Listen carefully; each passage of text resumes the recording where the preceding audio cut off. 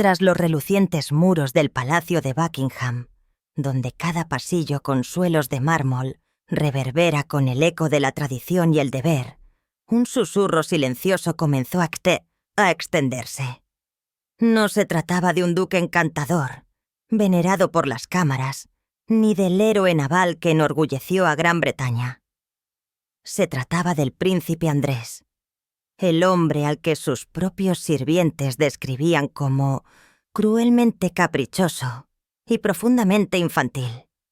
Durante décadas, el silencio fue un escudo estable que lo protegía. Un poder invisible, forjado a partir del privilegio real y la moderación mediática. Pero ningún muro puede guardar secretos para siempre. Finalmente, una voz de esta zona prohibida se atrevió a surgir. La voz de Charlotte Briggs, la doncella que había servido al príncipe Andrés y que decidió romper las ilusiones del palacio. El príncipe Andrés, antaño considerado el orgullo de la reina, se convirtió gradualmente en la encarnación de un poder ilimitado, donde la arrogancia y las desviaciones se nutrían en secreto. Desde pequeño, Andrés fue el niño elegido. No era el heredero al trono, pero era el hijo más mimado.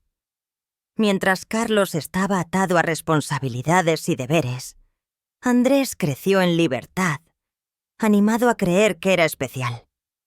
Y fue precisamente esta creencia la que moldeó su posterior hábito cruel, el hábito de nunca aceptar un no. Según documentos recién publicados, tutores y guardaespaldas que cuidaron de Andrés desde los 8 años lo describieron como un niño pendenciero, autoritario y obsesionado con el poder.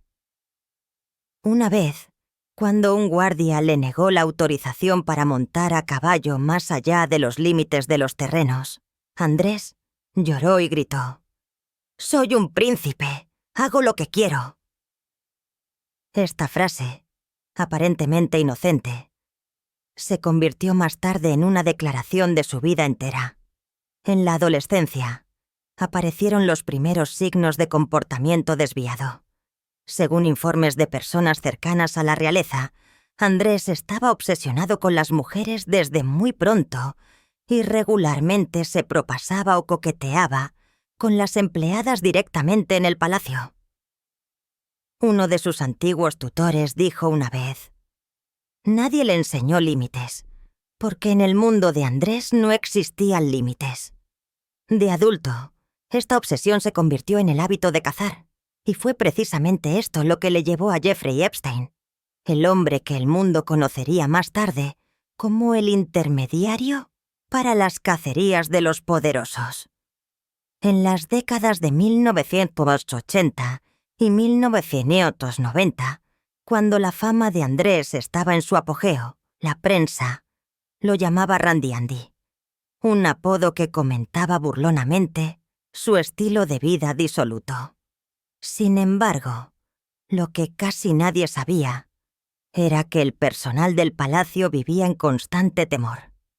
No solo por sus arrebatos de ira sin fundamento, sino también por el frío desprecio en su mirada. Una persona que servía en sus aposentos privados reveló: «No gritaba todo el tiempo. A veces solo tenía una mirada que te hacía querer desaparecer». Fue precisamente esta mirada la que llevó a no pocos empleados a pedir un traslado a otra área o a dimitir por completo.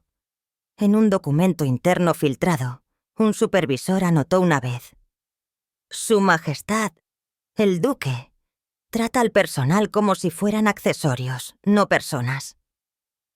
Estas grabaciones nunca se publicaron oficialmente, pero circularon silenciosamente entre los empleados como una advertencia. Quizás lo más inquietante no fueron los arrebatos de ira o las peticiones absurdas, sino el control. Andrés tenía la costumbre de memorizar cada detalle de su habitación, desde la forma en que caían las cortinas hasta la esquina en la que estaba doblada la manta.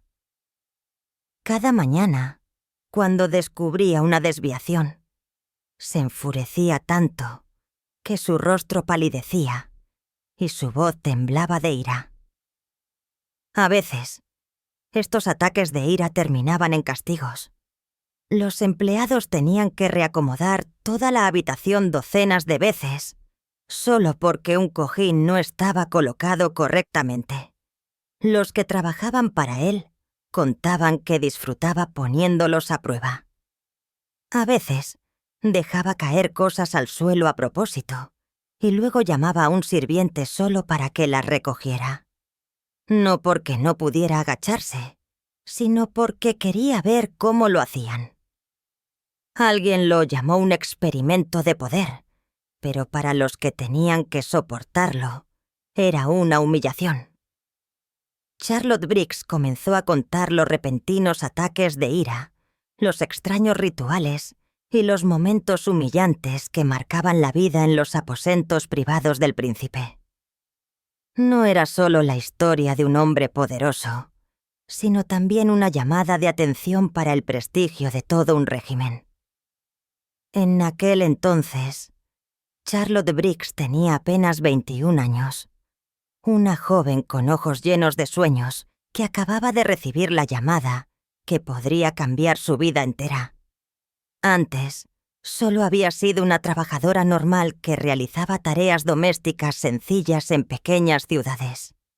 Y entonces surgió la oportunidad de servir en el Palacio de Buckingham. Para Charlotte, como para muchos jóvenes británicos que crecieron a la venerable sombra de la familia real, esto no era solo un trabajo. Era una misión, un raro honor, tocar la historia. Convertirse en una parte, aunque solo fuera una minúscula, de la leyenda viva de Gran Bretaña. Cuando Charlotte les dio la noticia a su familia y amigos, la emoción se extendió rápidamente. Todos estaban tan orgullosos, como si ellos mismos estuvieran a punto de entrar en el palacio. La Casa Real Británica no era solo un lugar de trabajo a los ojos de la gente, sino un símbolo de constancia, lealtad y dignidad. Servir allí significaba contribuir a proteger una tradición más antigua que la mayoría de las familias de este país. Charlotte se imaginaba caminando bajo luces brillantes, sirviendo silenciosamente en espléndidos banquetes y viendo la historia suceder directamente ante sus ojos, no a través de una pantalla, sino con aliento real. Sin embargo, detrás de esas majestuosas puertas, la realidad era terriblemente dura. Su tarea no era servir a la reina, ni siquiera a ningún otro miembro de alto rango, sino al príncipe Andrés, su segundo hijo, un hombre que ya tenía la reputación de ser irascible, difícil e inestable. El personal del palacio describió su puesto con 2 breves palabras: una pesadilla. El honor de servir a la corona se desvaneció rápidamente y dio paso a un temor que crecía día a día. Las habitaciones doradas y las alfombras rojas no podían ocultar la verdad. El mundo de Charlotte estaba lleno de miradas cortantes y la sensación de estar constantemente al borde de un error. Servir a un miembro de la familia real, se dio cuenta, no significaba necesariamente servir a un caballero. A veces, solo significaba presenciar una arrogancia y complacencia desmedidas envueltas en el título de real. Y cuando decidió contarlo todo, Charlotte lo entendió claramente. El riesgo al que se exponía no eran solo comentarios despectivos. Estaba tocando algo sagrado, la imagen de un régimen que siempre ha sido colocado en un pedestal. Pero el silencio ya no era una opción para ella. Esta historia no es simplemente la queja de una doncella maltratada. Es un viaje de revelación del velo, construido artísticamente durante siglos. El velo que protege a la monarquía británica, donde el poder se adorna con ceremonias y la crueldad se esconde tras la sonrisa en el balcón. Porque si el hijo de la reina, nacido en terciopelo y seda en privilegios y honor, puede tratar con crueldad a quienes le sirven, Entonces la pregunta no es qué clase de persona es, sino qué sistema ha producido a tal persona.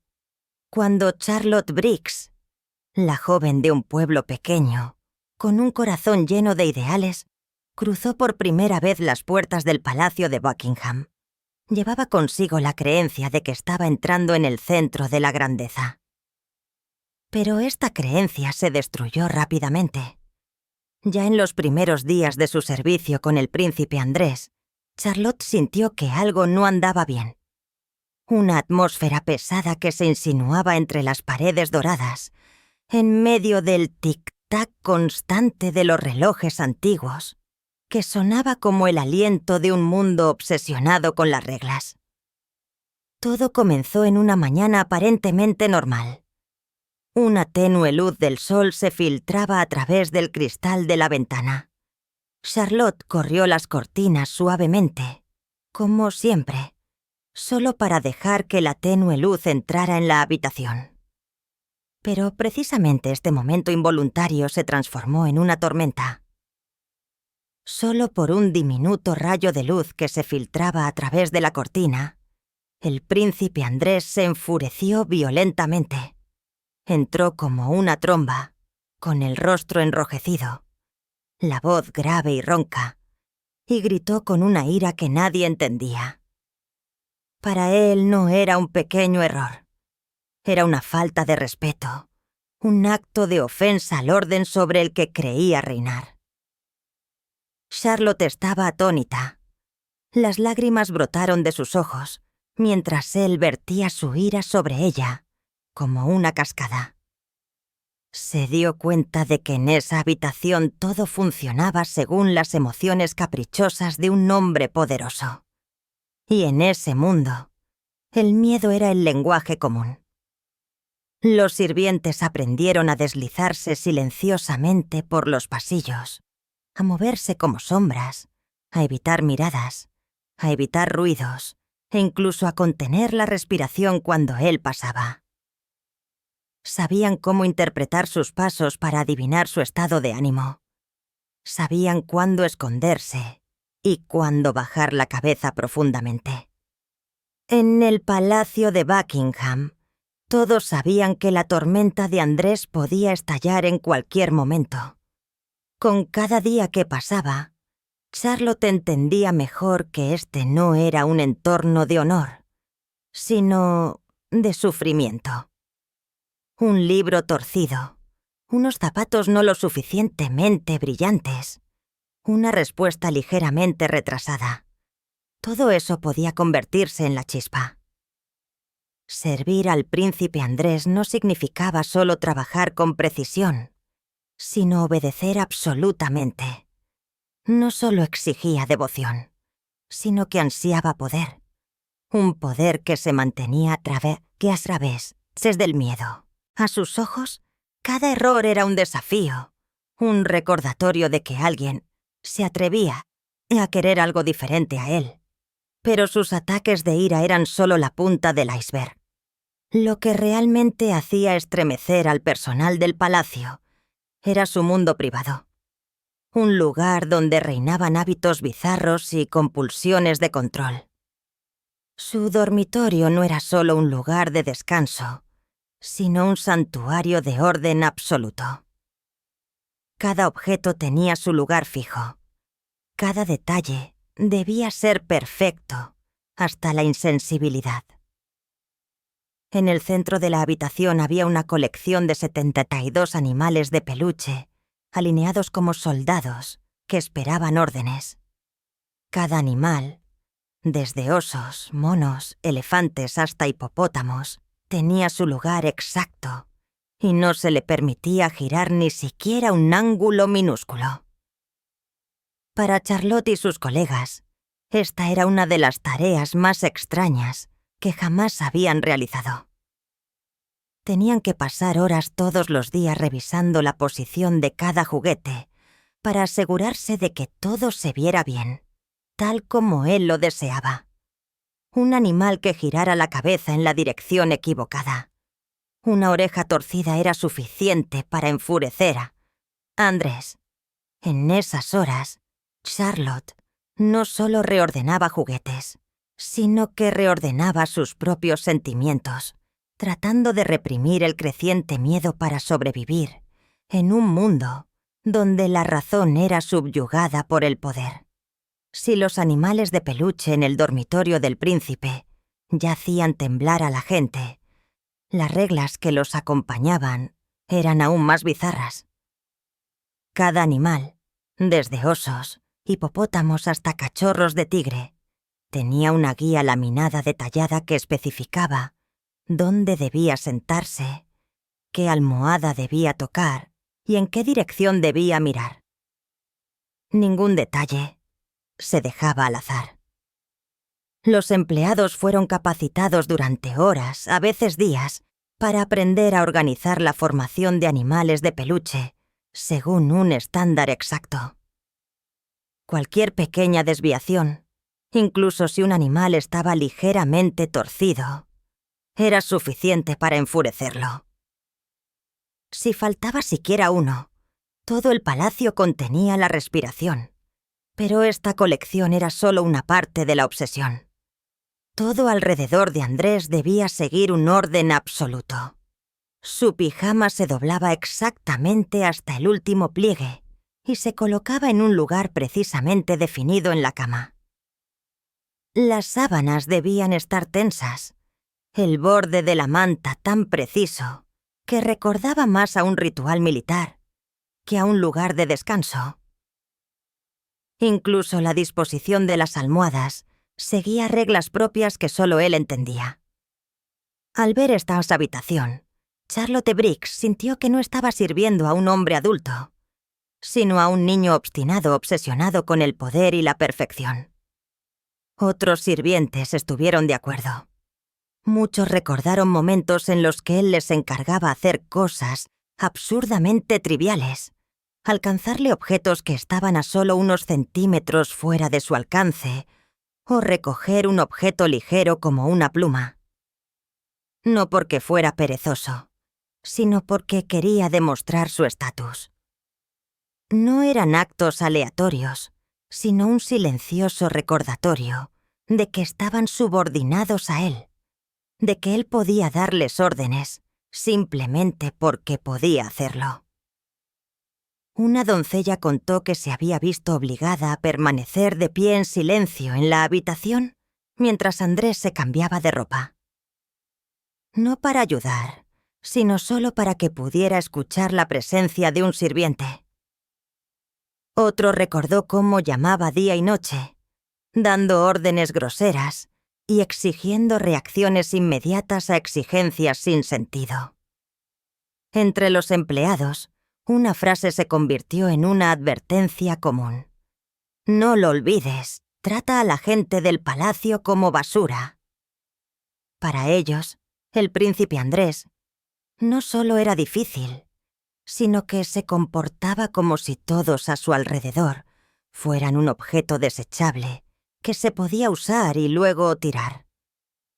Y lo más aterrador de todo es que esta no era una cadena de hábitos excéntricos individuales, sino el resultado de años que había pasado en un entorno en el que nunca se le pedía cuentas.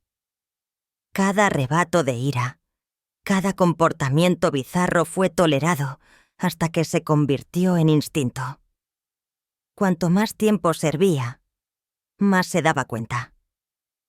Estos arrebatos, estos rituales absurdos, no solo decían algo sobre Andrés. Reflejaban un sistema que estaba demasiado acostumbrado hasta encubrir la crueldad, siempre y cuando estuviera vestida con un uniforme honorable. El palacio, con toda su magnificencia, no era solo un símbolo de la realeza, sino también el muro de protección para el silencio. Aquel silencio que ocultaba los rincones oscuros que Charlotte, finalmente, ya no pudo soportar. Al contarlo todo, no solo hablaba de su propio miedo. Le mostraba al mundo lo que la gente había estado ignorando durante tanto tiempo. Detrás de la brillante luz de la corona, acechaba una oscuridad latente. Un lugar donde las personas ya no eran vistas como seres humanos, sino solo como herramientas para mantener la ilusión de perfección del trono. Aquellos que lo soportaron el tiempo suficiente, todos entendieron, no servían a un líder, ni siquiera a un empleador difícil. Servían a un tirano, a alguien que consideraba el dominio como una forma de respirar y la sumisión de los demás como lo único que le hacía sentir que existía. Pero lo que perseguía a Charlotte no eran solo estos actos.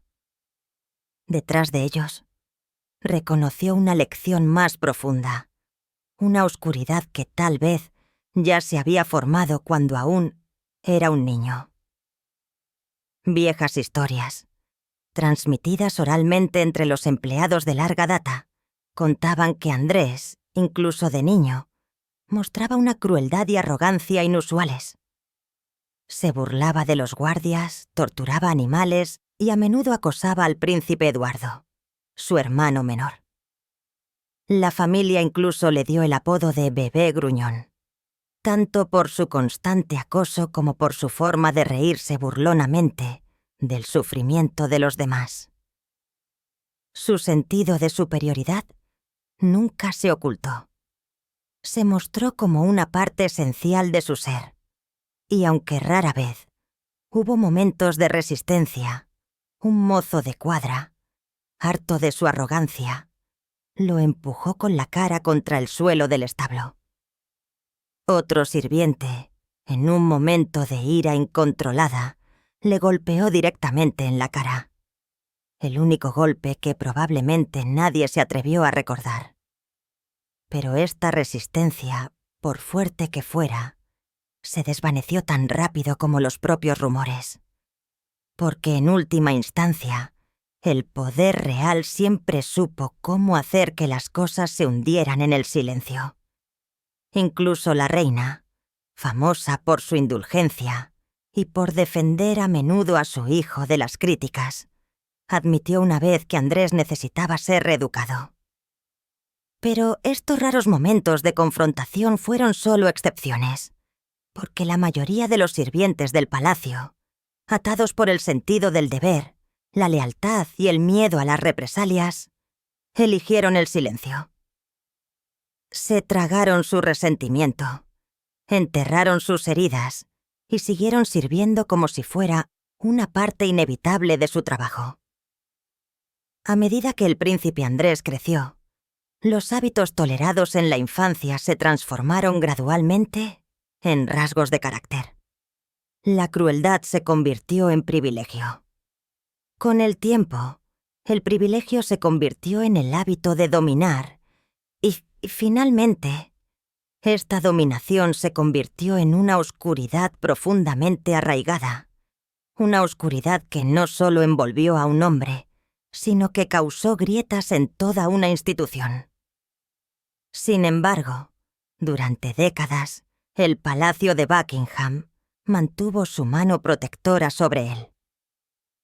Las historias desfavorables fueron suprimidas, las acusaciones fueron silenciadas con fríos acuerdos de confidencialidad y cualquier investigación periodística que se acercara demasiado a la verdad fue detenida hábil y silenciosamente.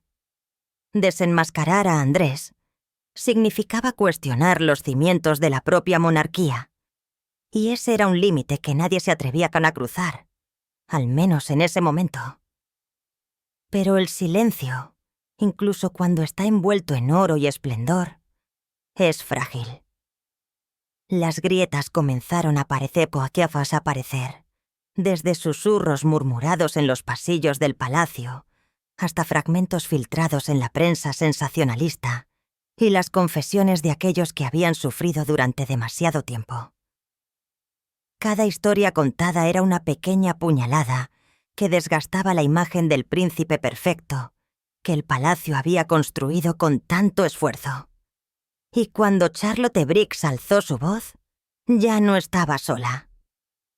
Su voz se mezcló con un coro de antiguos testigos, formando una acusación invisible contra un poder al que se le había perdonado durante demasiado tiempo. El relato de Charlotte no fue el arrebato de una persona amargada. Fue un despertar. En cada detalle, dibujó un retrato del príncipe Andrés, ya no como un hombre excéntrico, sino como alguien que llevaba en sí la toxicidad del poder. Desde la mirada arrogante hasta la forma de hablar condescendiente y los impredecibles ataques de ira, todo reflejaba a un hombre que estaba demasiado acostumbrado a no tener que temer las consecuencias. Para el público, estas revelaciones fueron como la última pieza del rompecabezas, una pieza que les ayudó a comprender la cadena de acontecimientos que llevaron a la caída de Andrés.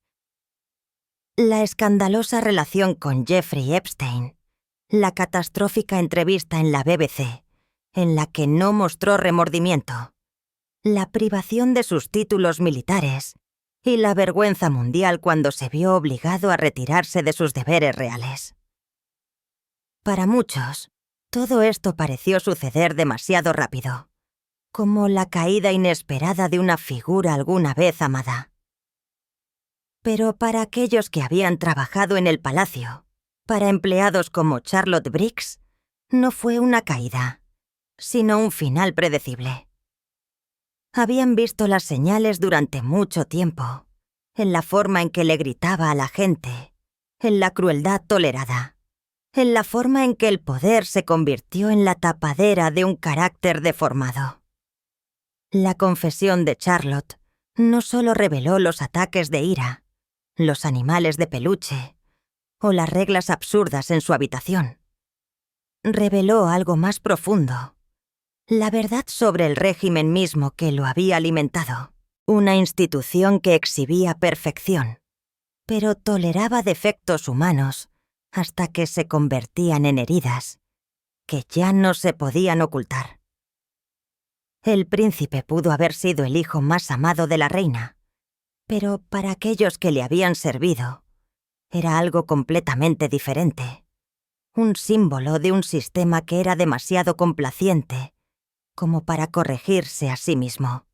Y sus historias plantean una pregunta inquietante que no es fácil de responder. Y entonces, cuando el escándalo de Epstein explotó, todo lo que estaba oculto comenzó a derrumbarse. Los informes, una vez enterrados bajo el silencio, ahora se convirtieron en la prueba de un sistema de encubrimiento de décadas. La caída de Andrés no provino de un solo escándalo. Vino de cientos de pequeñas piezas internas, piezas que se combinaron para formar una imagen completa de un hombre que creía ser intocable. Cuando le quitaron el título de Duque de York, se dijo: «Esta es la sanción más dura para un príncipe». Pero para aquellos que le habían servido, esta sanción llegó demasiado tarde. Habían vivido años en los que el miedo era omnipresente, en los que el eco de sus pasos en el pasillo era suficiente para hacer que la gente contuviera la respiración. Hoy en día, la imagen de Andrés ya no es un símbolo de la realeza, sino una costosa lección para este mismo régimen. El poder descontrolado transforma a las personas en monstruos, y los muros de mármol, por gruesos que sean, no pueden ocultar las grietas para siempre. Porque detrás de todo persiste la pregunta de si Andrés es el producto de un fracaso personal o el resultado inevitable de un sistema que está demasiado acostumbrado a perdonarse a sí mismo. Porque si así es como trataba a las personas más cercanas a él, ¿qué dice eso de la institución que lo toleró durante todos estos años? Comparta sus pensamientos en los comentarios y si está listo para enfrentarse a otra confesión, una confesión que podría cambiar su visión de la Casa Real Británica, entonces vea el siguiente video, porque tal vez lo más aterrador nunca fue el propietesen la propio Chindres, sino el silencio que lo alimentó. Un silencio tejido con lealtad, miedo y la fe ciega en la realeza. Sí,